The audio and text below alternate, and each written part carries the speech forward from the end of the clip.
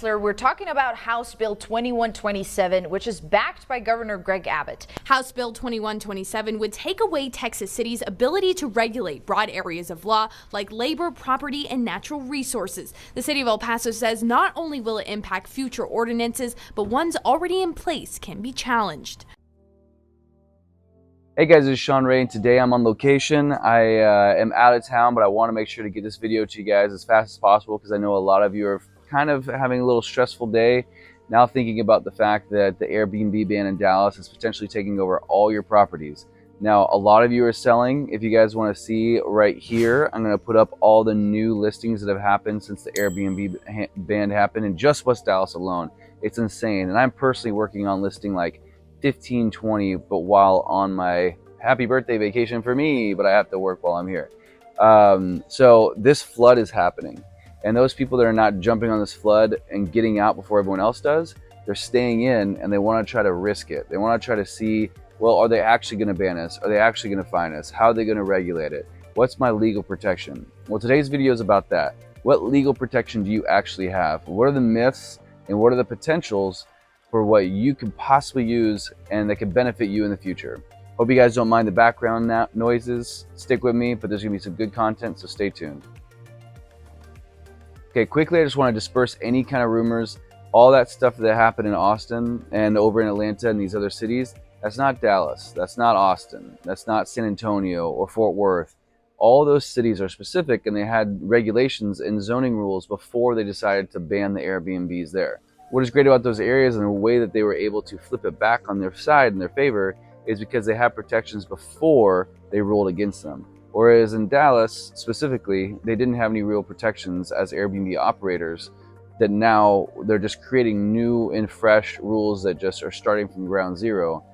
So they're not contradicting any previous rights that we had other than just overall state rights. When it comes to state rights, then each city has, it's like a state constitution where each city has their ability to make their own laws and rules and ordinances based on what's best for their local government.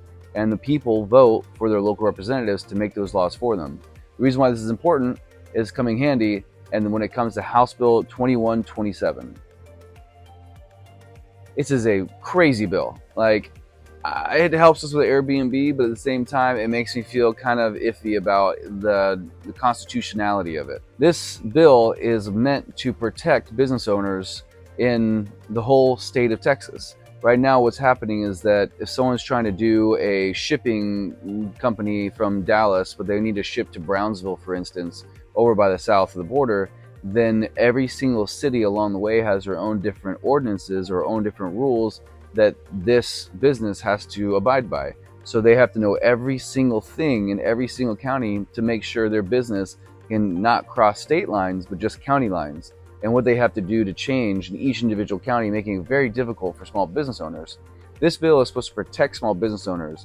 At the same time, they do some crazy things like not allow people to drink water every 4 hours while they're at work on a construction site. It's supposed to make it very good for small business owners, but also really bad for some people in the general state. So this affects property owners because it restricts the rights that individual cities can do to affect property ownership and what you can do with your property when you have your property ownership. That affects us in Dallas. The possibilities of using this to protect us in our Airbnb case are pretty broad. I mean, it's not specifically to protect us in a specific situation. It can be used to protect us, but it's not going to be necessarily the best tool to use to reverse the situation. Now, the last kind of protection that we have is Senate Bill 929.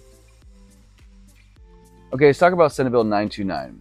This bill was supposed to be the Airbnb saver. That's what we all were told. And I was really excited about it because I thought this was going to be our saving grace. But I talked to the people that actually made it and they thought otherwise. They had no idea that it was going to be used for short-term rental purposes.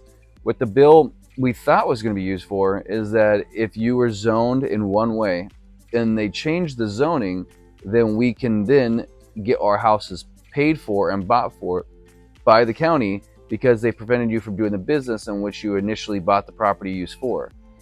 That's not exactly what the bill is made for. What happened is that they made this bill for, say for instance, someone that is a business owner and they have it in a commercially zoned area. The zone is commercial. Then they change the zone from commercial to, say for instance, residential.